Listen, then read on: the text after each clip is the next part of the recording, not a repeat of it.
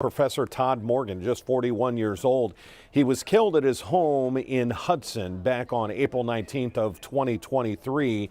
And according to the prosecutor, it was cell phone records and GPS that led them to Terriana Pascal. Now, because the trial didn't start, we have not been given a lot of details as to how the two knew each other. All we know is that they knew each other for a short time. We don't know what that means. We get the all rise. This is the sentencing now because Pascal was supposed to start her trial yesterday. She instead pleaded guilty. She is facing life in prison today with a multitude of charges that range from, I want to make sure I get these correct, she is facing aggravated murder with gun specifications, tampering with evidence, among other charges. Let's take you live now to court in Summit County. We have the violent offender form that needs to be completed, and then we'll get started. Okay?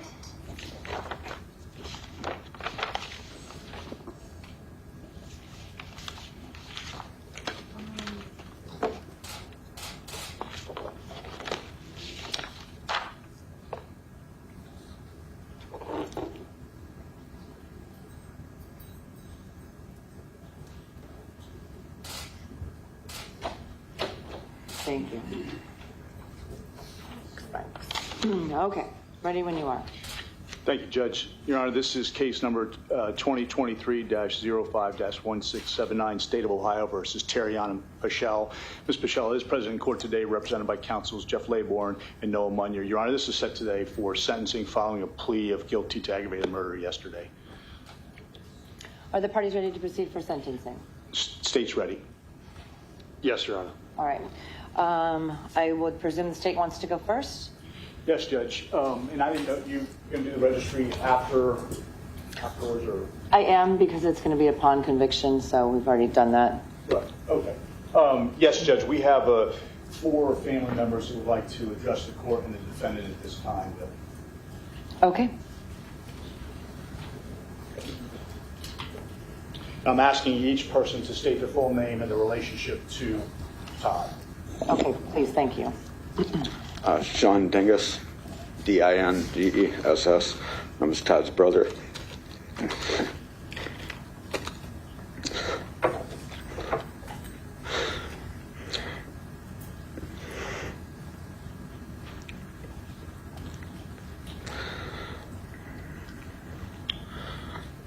just want you to know how many lives you've affected by this.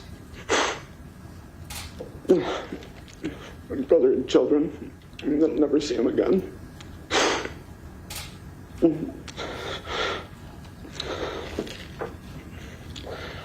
There's just so many things I'd like to say, but I'm gonna leave it at that.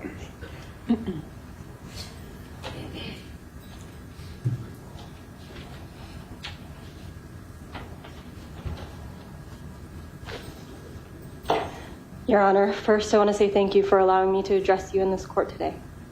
I am Mary, and I share a child with the victim, Dr. Todd Morgan.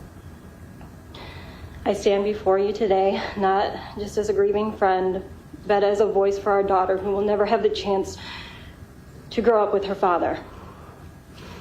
Dr. Morgan was an exceptional intellectual devoted to his students and colleagues. He recently received an award in 2024 for his significant contributions to research, but tragically he was not alive to accept it.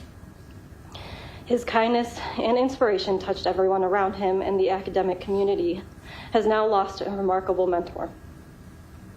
Todd was also a loving father. Since his murder, my daughter's life has been irrevocably altered. At just 6 years old, she is at one of the most impressionable stages of her life. She was only 4 when she waited at school for her dad to pick her up, not understanding why he never came. When I arrived, she was confused and desperately wanted to call him, but each call went unanswered. I had to explain to her that her daddy wouldn't be coming back because someone had hurt him. I watched her curl up in my arms, hiding her face as she processed this unimaginable loss. For months following, She would cry out for us whenever we left the room, terrified that we wouldn't return. This fear of abandonment stemmed directly from the sudden absence of her father. She struggled with being alone even for a moment and faced challenges no child should ever have to endure. This trauma is emotional, confusing, and deeply rooted. She has navigated many milestones without her dad by her side, and I worry about the long-term effects of this loss as she grows older and begins to comprehend what has happened. Her friends have already started asking about her father's death, and I find myself at a loss for how to explain it to such young children. I've been taking her to therapy to provide her the support she needs to cope with life without her dad. But no amount of therapy can fill the void that he unwillingly left behind. The impact of this loss lingers in our daily lives. I ask the court to consider the profound effects this crime has had on us. Dr. Todd Morgan was more than a victim. He was a beloved father, friend, and educator. His legacy deserves to be honored, and I hope that justice will be served not only for him, but for his children, who deserve to grow up in a world that remembers their father with love and respect. Now, Your Honor, if you will allow it, I would like to address the guilty party. You may. Ms. Paschal, you have caused immense pain to many in this room. That pain exists because Todd was so deeply loved.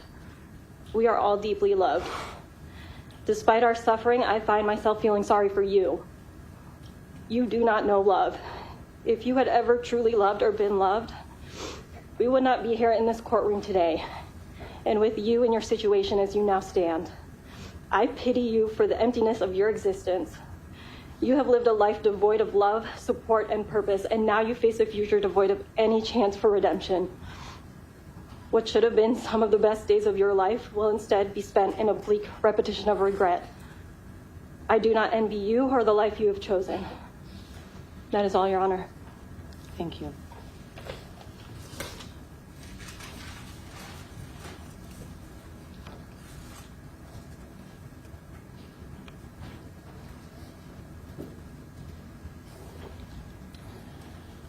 Thank you, Your Honor, for allowing us to speak today. My name is Matthew Metz, last name spelled M-E-T-Z. I am speaking on behalf of all of our family. I'm Todd's cousin, speaking on behalf of all of our family who are with us presently in the courtroom and with us through Zoom. Your Honor, we stand before you today not just as grieving family, but as the voices of the people who knew and loved Todd the most, whose life was so cruelly taken from us. No words can fully express the pain and the emptiness and the profound sense of loss that we feel every day since Todd was murdered. Todd was not just another statistic. He was a loving father of two beautiful children, Aaron and Cece. He was a kind and compassionate son to Sandy. He was a loving brother to Sean. He was a caring uncle. He was an amazing cousin, a teacher, a mentor, and a friend to many. He dreamed big, and his future was bright, a future which was unfairly taken from him. The defendant has caused unthinkable pain to our family, and we feel the negative ripple effects of this heinous act for the rest of our lives. Todd has already missed greatly in the traditions that he loved so much: birthday celebrations, Thanksgiving and Christmas dinners, family games, and so many other special things. Little did we know that when we lost our precious mother and grandmother, Todd would be taken from us 6 months later. Todd spoke with such eloquence at her funeral, not knowing that he would be the next family member we would be mourning. Our family has been rocked by this death, and we have seen the devastating effects on those who loved him most. We have watched as Sandy, Todd's mother, has experienced deep grief and unimaginable pain, a tragedy that no mother should ever have to deal with. We have watched as Sean, Todd's brother, has battled bouts of deep depression and grief.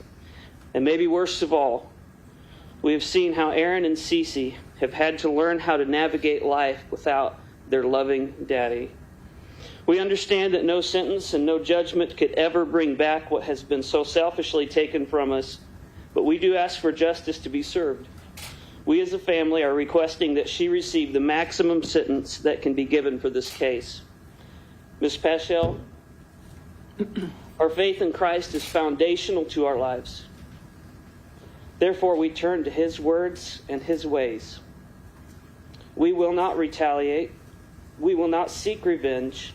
We will find it in our hearts to forgive you. And we will rest this case into the hands of a holy and just God. We pray that you will seek forgiveness from those whom you have dealt so much pain. But ultimately, we pray that you will seek forgiveness from God, which can be found in Christ, so that you don't have to face the eternity that awaits you.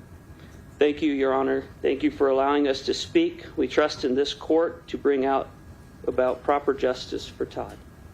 Thank you, Mr. Metz.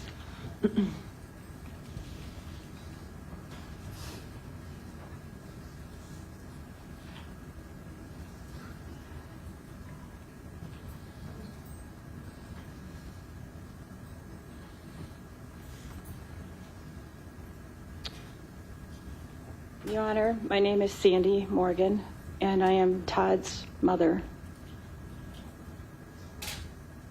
I'd like, and thank you for the opportunity to let us speak today. I'd like to show the court a couple photos, if I may.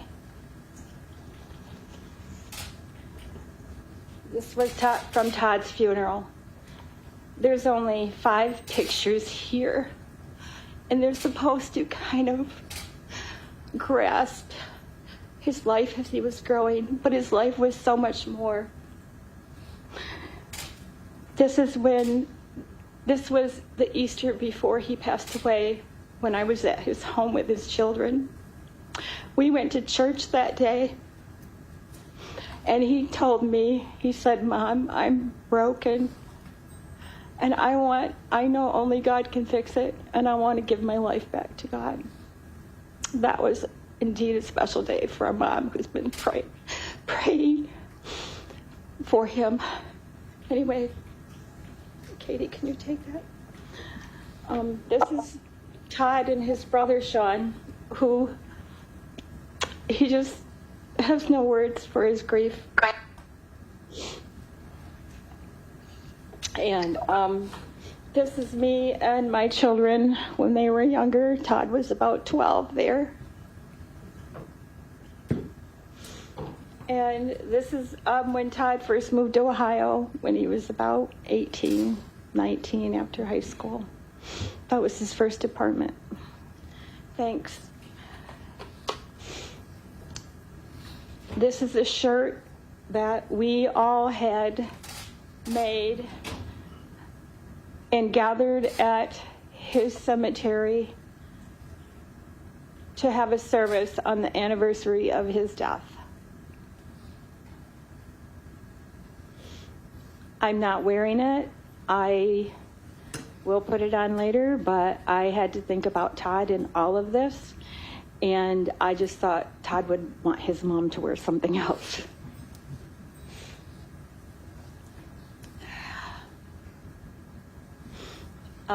I'd like to address you, Ms. Peschel, in my statement. I'm Todd's mom. I always will be. Todd's not here to tell his story. Only God, Todd, and you know the truth of what happened on April 19. All I know, he was brutally murdered by you, and he basically died for nothing. You didn't even know him. Your actions to take my son's life changed my life forever. It's changed all of our lives. Even more so, you took a father from 2 beautiful children. They were his world, and he was theirs.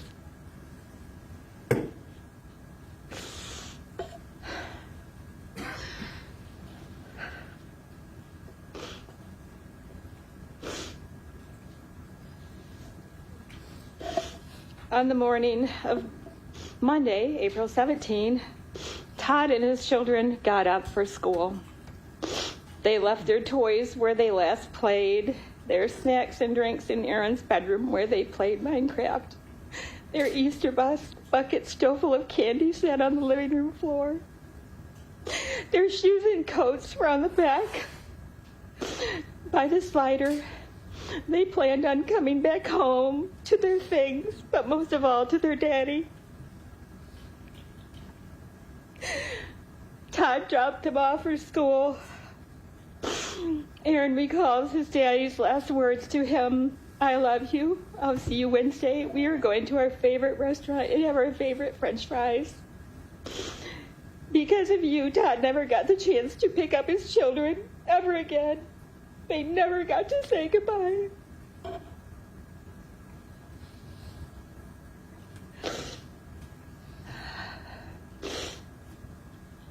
When Todd did not show up to pick up Cece from school, her mother knew something was wrong because Todd would never not show up. She called 911 for a welfare check. Todd was found lying in a pool of blood just a couple feet from the slider, his handprint on the slider indicating he had tried to get out of the house. He lay there for 12 hours before he was found. 30 hours later, I found myself hearing the words that no one should ever have to hear.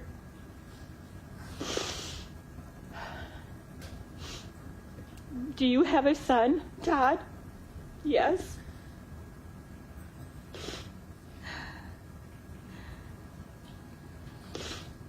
"Well, I'm sorry to inform you that he is no longer with us." "What?" "He's passed." My brain, to protect my whole being, went into shock. I went numb. I screamed. From that day forward, my life has changed. I'm sad most of the time. I feel like I'm living a nightmare. I want to tell everyone here, and especially Miss Peschel, about Todd. You knew nothing about him, yet you took his life. I loved him dearly. As a child, Todd was fun and energetic and intelligent and strong-willed. He was an excellent student and an overachiever. He had great ideas, and he was driven even as a young boy. He was adventurous. After graduating from high school, he traveled Europe on his own. Then he went to college, and eventually he graduated with a PhD in business administration. He always worked hard to achieve his goals. He taught at 3 universities and earned a tenure at 2 in a very short time. Unfortunately, he was not here to learn he had earned a tenure at Cleveland State University. He had worked so hard that spring to submit his papers, and later at his funeral we found out he had earned tenure. He also earned an award for his research just this past spring that he was not here to receive. This trophy sits on my buffet. But his biggest life accomplishments, and most importantly to him, were his 2 beautiful children, Aaron and Cece. They were his pride and joy. He was a good father. He was always concerned for them and had their best interest at heart. He played with them. They danced at home together. They sang in the car together to pass time. They played Would You Rather. They loved board games, movie nights, bedtime stories, and prayers together, playing Minecraft, softball, and going to the park and the beach. He made mistakes in his life, and he was always so upset when he did. However, the evening of April 18, 2023, he made a fatal mistake, and he allowed you into his home. You brutally took his life, and the children will never experience their favorite things with Daddy again. Instead of being with Daddy, they are separated into 2 separate homes. They don't get to see each other very often. And it breaks my heart so much. They are already growing up. They've had birthday parties and sports events and school events and many other important things that he has not been there for. They will graduate from high school, college, and get married someday and have children. Their daddy will be missed for every moment of their life, for everything. The pain I feel for them is unbearable. My grief I cannot even express. I know now, though, what deep grief is, and I also know what God's grace really is. I experience it every day. The depth of pain I feel is beyond understanding. There's just a deep, deep hole in my heart. My boy, I missed him so much, and I loved him so much. I miss his visits, his calls, his conversation, and his chuckle. I find myself, it rings in my mind. Most days I feel empty. I have lost my zeal for life in general. I find myself looking forward and longing for that day I see Todd again in heaven. And many days I don't want to keep going, but I have to, because God still has a plan for me. I have to be here in this place for my grandchildren, whom I love dearly, my son, and all of my family.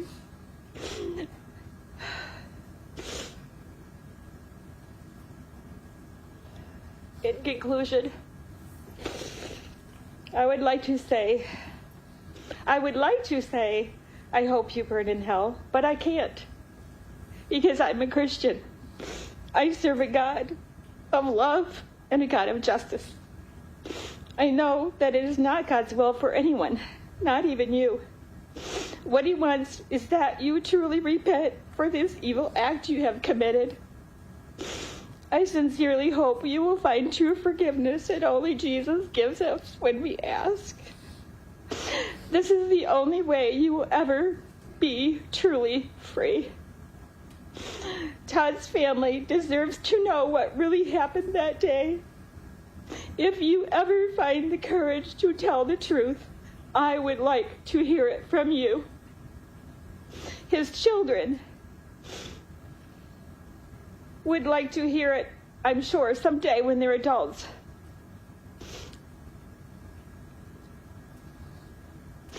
And his family would like to know. May God help you, Miss Peschel. And I hope you, in all of those dark moments where you'll be sitting, that you will find and seek him. Your Honor, I would like to see Miss Peschel pay dearly for taking my son's life, for the pain she has caused for so many, especially his children. I want justice for Todd, and I hope you will assign the maximum sentence to her. In finality, I want to thank Detective Rock and the entire Hudson Police Department for all the hard work and hours they put into solving this for Todd. I also want to thank the prosecution team, Prosecutor Laprenzi and Prosecutor Sellerson, and Katie here, my advocate, our advocate, for all the hard work they put in to have justice for Todd. You are all truly amazing and have been a support for our family during this whole time. Thank you. Thank you, Mrs. Morgan. Mr. Laprenzi? Thank you, Judge. At this time, I could say a lot of things about this case. I think the court already knows.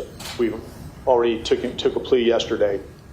I don't want to say anything that's going to diminish or distract from the family.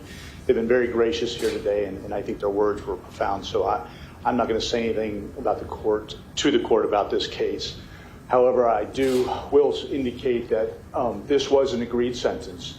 I know the family is asking for the maximum sentence, which obviously they have a right to do. But on behalf of this state, after discussing with them and the Hudson Police Department, we made the decision that a life sentence with the parole eligibility at 23 years would be a fair sentence based on the other sentences in this courthouse for similar type acts. In regards to that, we also took into consideration, as you can see today, how this family, as they put it, has been rocked. And taking that into consideration, we could have taken this case to trial, gotten more convictions, more charges, and maybe a higher sentence. However, putting this family through that, we felt the best thing for them, best thing for this case, and best thing, to be consistent with other cases of similar nature. We agreed to this 23-year sentence, life sentence with parole eligibility after 20 years plus 3 years consecutive to a gun spec. And then based on that, Judge, we would ask this court to accept that recommendation. Thank you. Thank you, Mr. LaPrenzi. Mr. Sallerson, did you want to add anything? No, Your Honor. All right, thank you. All right, I'll now turn to the defense. Mr. Laybourne? Thank you, Your Honor. May it please the court. We, too, ask the court to consider adopting the negotiated plea. We believe that it is a fair and just sentence for everyone involved. Let me just state that this is a tragedy for two families here. Ms. Paschal sits in front of you with a very limited criminal record. At the time of the offense, was living a difficult life, the details of which we shared with the court yesterday prior to the plea, but she was living a difficult life. Despite that, she does have family here in the courtroom that support her, that love her, that are going to help her through the next several years. I think it's important to note that Ms. Paschal almost immediately accepted responsibility for this offense and expressed remorse. At the first opportunity that an offer was provided by the state, we appreciate that offer, she accepted it. This was not a situation where she relished the fact of putting the family through more trauma of a trial, and she has not done that. She did not want to do that. She wanted to accept responsibility. She's expressed remorse privately to us about her actions, and she is truly sorry. So I think that this is a fair resolution, and I'd ask the court to consider adopting it. Thank you. Mr. Munier, anything you wish to add? Nothing, Your Honor. Thank you. Ms. Paschal, you, as the defendant in this matter, have a right to make a statement. You're not required to do so, but if you would like to, now is the time. Yes, to his family, I'm very sorry, and I hope that one day that you can find it in your hearts to forgive me. That's it. All right, Ms. Paschal, I will remind you of a couple of things. First and foremost, did you execute the violent offender database form? She's going to sign it right now, Judge. All right.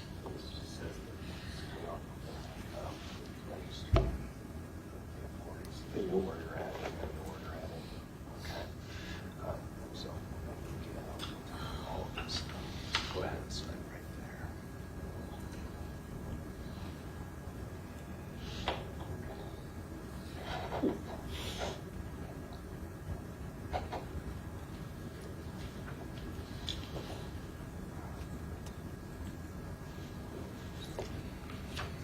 She's signed the form, Your Honor. Thank you. All right. Now, I know that you've gone over this form with your attorneys, but I am still going to read it into the record so you are fully aware of your responsibilities.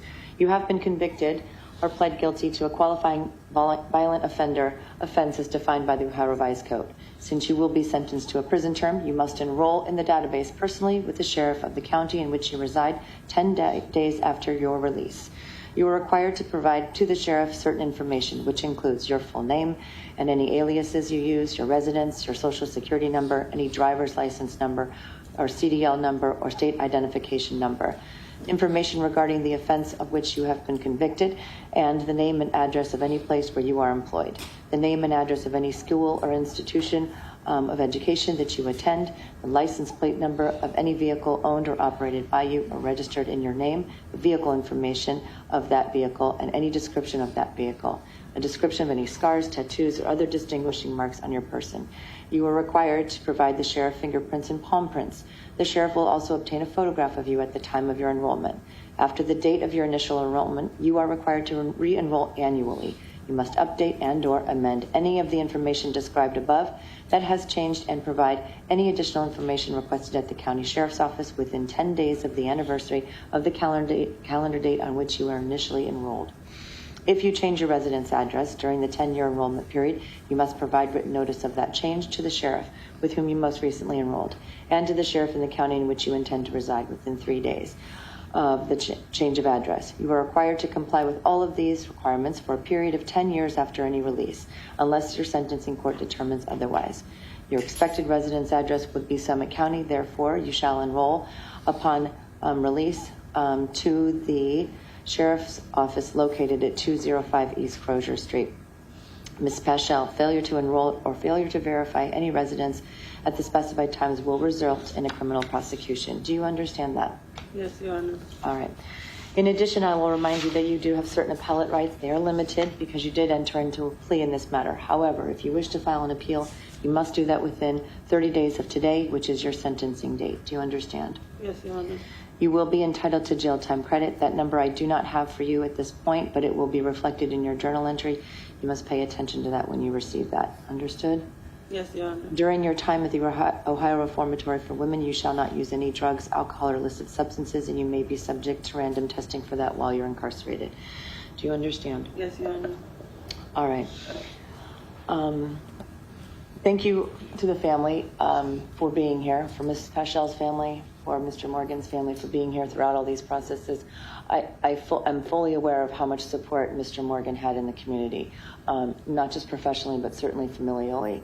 I think every one of you have been at every court proceeding. It just shows what a important person he was in your life. There's nothing that the court can do to make this better, to make this okay, to make this any easier. I will say that the avoidance of a trial is a benefit to everyone because it is an extremely traumatic experience for everyone involved. And there would be images and things that you would have to see that you could never unsee. And so I appreciate Ms. Paschal for taking responsibility for this and making it so that the family does not have to go through any additional trauma based on the actions that occurred back in April of 2023. Based on the facts and circumstances in consideration of all relevant sentencing factors, applying the minimum sanction the court has determined will protect the public, yet also punish the offender and not provide any unnecessary burden on state or local resources. A period of incarceration is certainly necessary due to the nature of the offense and the loss suffered by all of the victims in this matter. I'm sentencing you to a period of 20 years to life on count 1, aggravated murder and unclassified felony. In addition, that sentence will run consecutive to the 3-year firearm specification, which is attached to that count 1. That firearm specification 3-year sentence must be served first, it must be consecutive, and it is in fact mandatory. This will make you eligible for parole, which there's no guarantee of that, at the earliest at 23 years, but you could serve up to life in prison for this matter. Do you understand all of that, Ms. Paschal? Yes, Your Honor. All right. I will reiterate that the parties did reach this joint recommendation, and it was provided to the court prior to the acceptance of the plea, and it was, I would say, poured over by many of the people involved. So I am following that for all of those reasons.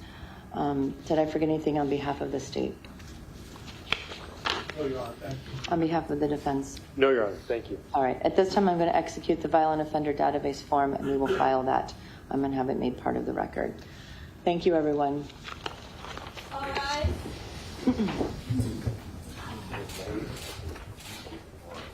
Dan DeRose with 19 News. We're just going to keep watching as the family, and you see looks being given by Miss Paschal towards perhaps her own family, but also the family of Todd Morgan. Todd Morgan was a professor at Cleveland State University. We would like to be able to give you details, and everyone is obviously curious about how the two of these individuals knew each other. But even in court, you heard the state say, and don't ever let them tell you you don't. You hear me, lady? I love you. Don't ever let them tell you you don't got love, because you definitely don't love. From your kids, too. That whole back from that showing out. you heard Miss Paschal say I love you to her family, and her family members saying you don't ever have to tell me that you don't. You heard from her attorneys that she has support from family and that they will support her during her prison term of life with first chance of parole at 23. Again, back to the details of how these two individuals knew each other. From early on, we were told by investigators that they had only known each other for a short time. That was never explained. We do know that it was cell phone records and GPS location that led investigators from Todd Morgan's home in Hudson to the guilty party here, Miss Paschal, in the Cleveland area. Another live look here as we wait. It's very important that the bailiffs allow in Summit County. It's unlike Cuyahoga County. When they take the prisoner out, there is a short period of time where the prisoner is in the hallway, and so they want to make sure that she is clear before family of either side then go back out into the hallway just to make sure for safety on each side. Again, it was not spelled out. We heard the prosecutor, the state, say they did not want to get into the details of this case because the family was there, did not want to do anything to disparage the family. And so that's where we're at this point. And we're going to wrap this up. But there is clearly more to be learned about this case because she pleaded guilty yesterday. Her trial, Miss Paschal's trial, was supposed to start yesterday. And right at the last minute, it sounds like the state, the prosecutor, offered a deal of life in prison with first chance of parole at 23. And according to her attorneys, she accepted that right away. As soon as the deal was made, she accepted responsibility. The judge did thank her for doing that, saying that spared the family from going through a trial, seeing pictures that they can't unsee. You heard his mother say that Todd was laying in a pool of blood and that there was a blood handprint on a sliding glass door, which, according to the mother, that was an indication that he tried to get out at some point, but instead, unfortunately, laid on the floor of his Hudson home and bled out for a course of 12 hours. His body then found 30 hours later. Family finally leaving the courtroom. This is where we will wrap it up. We will have complete coverage on this and all of the day's news when we have our first news at 11 o'clock on CW43, then our noon news on Channel 19. And don't forget about 3.5 hours of news starting at 3 o'clock on Channel 19. Until then, I'm Dan DeRose with 19 News. Have a good afternoon. 19 News is everywhere. Download our CTV apps and follow us on social media at Cleveland 19 News.